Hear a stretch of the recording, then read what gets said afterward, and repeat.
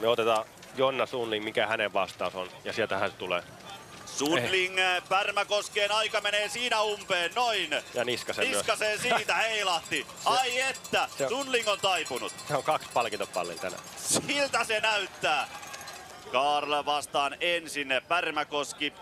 Ja sitten siellä on Kerttu Niskanen kakkosena 7,4 Pärmäkosken takana. 10 sekuntia. Kyllähän tuossa vielä matkaa riittää. 6 sekuntia miinuksen puolella. Pärmäkoski edelleen kärjessä, mutta Ai. ei mene kärkeen. 0,1 sekuntia Pärmäkosken takana. 4 kilometriä maaliin. Joo, ja se on syönyt 7 sekuntia eroa edes väliaikapisteeltä. Vähän reipaskin, ja Kerttu Niskanenkin on lähestynyt häntä sekunnin verran. 19 kilometriä. Siellä on Matintalo lyönyt jo. Joo, äsken ei ollut vielä pari sekuntia sitten. Mutta tulee raivolla. Kyllä. Pärmäkoski johti Matintaloa 40 sekunnilla 16 kilometrissä. Nyt tuo 40 sekuntia menee umpeen. Voidaanko tästä päätellä jotain? Kansa hurraa, tietää kohta näkemänsä Pärmäkosken. Nyt eroa on 34 Pärmäkosken hyväksi. Ja nyt on ensimmäistä kertaa Kriställäkin irvistys päällä, ja se tarkoittaa, että nyt ainakin yritetään. Mutta se on toisaalta hyvä, että siellä menee joku Kristalle sellaista vauhtia, että se pystyy haastamaan, ja ne kaikki voitosta haastajat tulee hänen takana, niin hän joutuu vielä lisää pinnistämään, kun tietää, että nyt joku menee vielä lujempaa kuin hän tätä loppua. Karlsson 16 kilometriin. 10 sekuntia tuohon Matintalon aikaan. Ja tästäkin saadaan vielä kova kamppailu. Ja kyllä tuo Matintalon hiihto on kulkenut loppuun saakka. Ja niin pitääkin kulkea tässä kamppailussa Karlssonia vastaan. Karlsson nyt edellä sekunnin. Periaatteessa Matintalo taistelee sijasta 4. Jonna Sundling on mahdollista vielä ajaa kiinni, että jos Jonna Sundling sippaa viimeisen ringillä. Toki sitten Kerttu Niskanen tulossa 19 kilometriin. Oli Pärmäkoskea takana edellisellä väliaikapisteellä 7,4 sekuntia. Vielä plussan puolella, tästä on vajaa kilometri enää maaliin. Ero pysynyt käytännössä samana. Matintalo on tullut kovaa siis tämän lopun. Matintalo on tullut todella lujaa tämän lopun.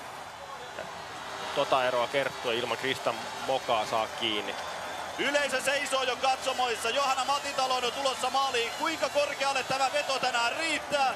1.48, nopeammin kuin Svensson, ykkösenä maalissa. Ja sitten odottamaan seuraavia maalintulijoita. Pärmäkoski lähti minuutin Matintalon jälkeen ladulle. Ja siellä hiihtää jo Krista Pärmäkoski takakaarteessa. Pärmäkoski, edellinen suomalainen voittaja kotimaan laduilla naisten kilpailussa Lahdessa. Täällä näin Salpausselällä 2018. Voittokamppailussa antaa kaikkensa viimeisille 10 metreille. Ja Pärmäkoski maalissa noin tasan puoli minuuttia eroa Matintaloon. Hiihtikö hän tänään voiton? Sen kertovat seuraavat hiihtäjät.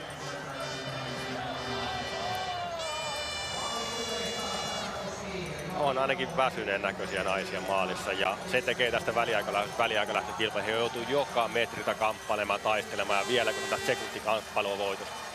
Kilometri ennen maalia Niskasen ero Pärmäkoskeen oli 8 sekuntia. Puoli minuuttia vielä aikaa vajaa, mutta vielä on 200 metriä matkaa maaliin. 20 sekuntia tuosta kaarroksesta. Ja yleisö, se lainehtii, siniristiliput liehuvat, yleisö on päässyt katsomoihin, yleisö on metsät täynnä siellä maalissa. Pärmäkoski ja Matintalo seuraavat Niskasen vetoa umpeen, nyt tuo aika. Ei yllä tänään Pärmäkosken aikaan, ja sitten kamppailu näistä sekunneista turvaa toisia vastaan. Niskanen maalissa 10 sekuntia Pärmäkosken takana, nyt kakkosena. Ja se me tiedetään jo aika hyvin, että nämä hiihot liittää tällä kaksikolla palkintopallille. Mutta onko ne kirkkaimmat korokkeet vai vähän himmeemmät? Victoria Kaarista se on paljolti kiinni, mutta myös Jonna Sundlingin vauhti on edelleen ihan erävää. Alaspäin. Andersson 19 kilometriin ja yli minuutti tappiota Matintaloonkin. Suomalaisilla maalissa kolmoisjohto. Ihan hirveet erot. Se on hyvä, kun se heiluu suomalaisten edun. No, se on aina niin hyvä. Onhan tää nyt viikonloppu, kyllä tässä on niin paljon kysymysmerkkejä, niin monen hiihtään ympärille tätä viikonloppua ja mitä tuloksia tässä on tullut. Kyllä. Kolmatta kisaa vedetään ja siniristiliput liehuu. Joo. Ilman Jonna Sullingin huikean loppuvetoa, niin 3 kisaa hiihetty ja 4 palkintopallia. Niin. Tulee voittamaan tänään Lotta Unne Svengin, mutta aivan eri minuuttiluvuilla 3 ensimmäisen suomalaisen takana. Kyllönen maalituulesta 14, Rytty 16, Karl. Oi. 1,7 kilometrin matkaa maaliin. Mutta tämä on paha. Johanna pystyi 3 sekuntia, vai paljon hän pystyi vielä niistää tuossa lopussa. Nyt on tiukalla. Nyt on tosi tiukka. Vajaa 2 sekuntia Pärmäkosken ja takana Kerttu Niskanen. Hänen ero sellainen 6 sekuntia Karlilla. Karlin hyväksi. Loppuvero viimeiset 300 metriä, 200 metriä kohti maalia on pelkkää tasatyöntä ja raivolla hakkaamista ja hän tietää tilanteen. Parisprintin ja katso miten työntää tätä. Imutka Karle tietää, että nyt on ahdettava jokainen sekunti ja sadasosa. Hetken kuluttua Karl tasaisella. 40 sekuntia Pärmäkosken aikaan. Maaliin on tulossa Brennan. Mutta Karlia seuraamme. Tuolta takakaarteesta menee puoli minuuttia. Ja työntäminen näyttää todella hyvältä. Vähän liian hyvältä nyt sanoisin minä. Karl matkaa maaliin 120 metriä. Siinä niin. Ei. 15 sekuntia Pärmäkosken aikaan. Siitä loppusuora. 75 metriä maaliin. 8. 50 metriä. 6 sekuntia. 25 metriä. 3 sekuntia. 2. 1. Pärmäkoski voittaa! Krista Pärmäkoski on ykkönen. Salpaus selällä. Mikä kauden hän on tästä taikonut. Salpaus selällä 2024 kotiyleisön edessä. Aivan valtaisa tunteiden vuoristorata. Ja Krista Pärmäkoski tällaisen kauden kotimaan kruunajaiskilpailussa ottaa kilpailun voiton. Victoria Kaar takana 1,9 sekuntia. Kerttu Niskanen 9,9 sekuntia. Ja kyllä näytti Victoria Kaarinkin takasuoran tulo näytti todella hyvältä tasatyöntä. Ajattelin, näinkö riittää, mutta ei onneksi riittää. Frida Karlsson Matin talon takana. 6 vuoden tauon jälkeen hän on jälleen Salpausselän kuningatar. Siinä Jesse Väänän entinen maajoukkuehiihtäjä. Ennen tätä kilpailua maailmancupissa ei 5 kärjessä tällä kaudella.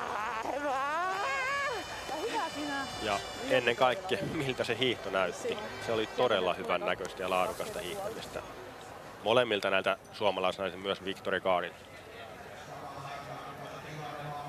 Ja 2 suomalaista on nousemassa palkintokorokkeelle. On toistaiseksi joo. Jonna Sundling pidetään silmällä. Kyllä, pidetään silmällä. Se ei kuitenkaan niin paljon ollut perässä tuolla.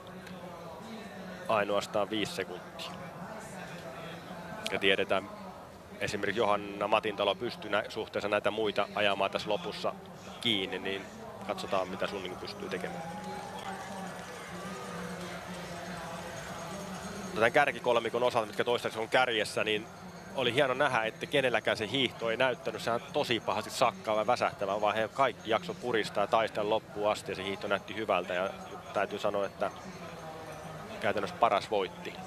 Kyllä, mutta Riittää jännitettävä. Noin.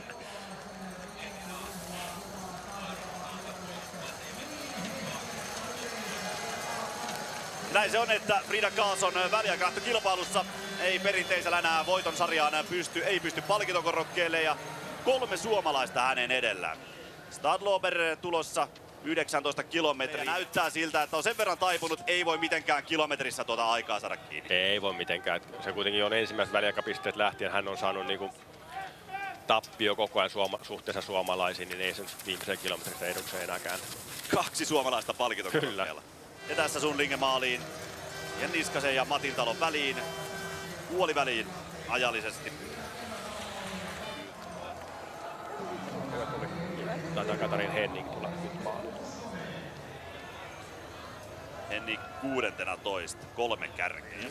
Oikein suuret onnittelut, Krista Pärmäkoski. Olet Salpausselällä se edellinen naisvoittaja ja nyt uudelleen. Kerrohan nyt tällaisen kauden tavallaan siivittämänä, miten tämä on mahdollista? No se on hyvä kysymys. Toki mä tiesin ennen niin kuin kauden alkua, että mä oon hyvässä kunnossa ja sitten on ollut kaikennäköisiä haasteita ja en ole ehkä saanut ulos mitattua sitä niin kuin maailmancupissa vielä, että mikä se oikea vauhti on. Rukan Suomen Cup oli jo vähän niin kuin sinne päin ja sitten siitä alkoi ne haasteet. Ihan oikea ratkaisu oli, että jäin kotiin, en lähtenyt Pohjois-Amerikkaan ja rauhoitin tilanteen ja lähdin sieltä rakentaa uudestaan kuntoon, mutta en mä missään nimessä uskonut niin kuin tällaiseen vetoon tänään, että oma 20 kisa 2 viikkoa sitten Seinäjoella, niin se oli vähän maastollisesti eri kuin tämä täällä, mutta että tiesin sen vedon pohjalta, että halusin tehdä nimenomaan niin kuin sillä tavalla valmistavan tätä päivää varten, että mä kyllä kestän, että kunhan mä vaan maltan sitten tuossa alussa, että kohtuu kovaa pitää lähteä liikkeelle, mutta että sitten niin kuin uskoin siihen, että kyllä se kunto riittää tuohon loppuun asti. Mitä tämmöinen merkitsee? No kyllä tämä oli tärkeä onnistuminen näin vaikean kauden jälkeen. Ehkä niinku eritoten itselle, että ennen kauden alkua sanoa, että mä oon hyvässä kunnossa ja mä en ole sitä pystynyt vielä muille näyttää ja siihen on pitänyt itse luottaa, niin se, että ehkä myös itselle se tärkeä sillä tavalla, että kyllä mä kroppani tunnen. No miten jaksavaa se meno oikein oli, koska vaikutti siltä, että se ensimmäinen irvistyskin tuli vasta tuossa viimeisessä nousussa. No mä loin taktiikan, että eka 10 pitää oikeasti tulla maltilla ja toisella lähtee hiihtämään, mutta tuo on vaikeeta malttaa, koska tuolla on ihan mieletön yleisö, mutta toki sen myötä myös sitten sai viimeisellä kierroksella kyllä voimiakin, että kun yleisö kannusti siellä. Onko Lahdessa jotain maagista sinulle? No joo, kyllähän täällä on tullut asuttua muutamia vuosia ja sillä tavalla tutut maastot, mutta kyllähän se kotiyleisö edessä on aina kiva hiihtää ja täällä niinku porukka löytää hyvin tonne ladun varteen, että siinä niinku, hyvä kun ei ole. Taas tuli se fiilis jossain vaiheessa, ihana rauha, että onneksi tässä ei ole yleisöä, että nyt saa hetkellä hiljaisuudessa. Sitten jossain vaiheessa taas kaipata, no missä se yleisö on, että nyt tarvitaan vähän lisää meteliä. Että se on mahtava, täällä on niinku oikeasti hyvä tunnelma. Palataan vielä kukituksen jälkeen. Kiitos ja onnittelut. Kiitos.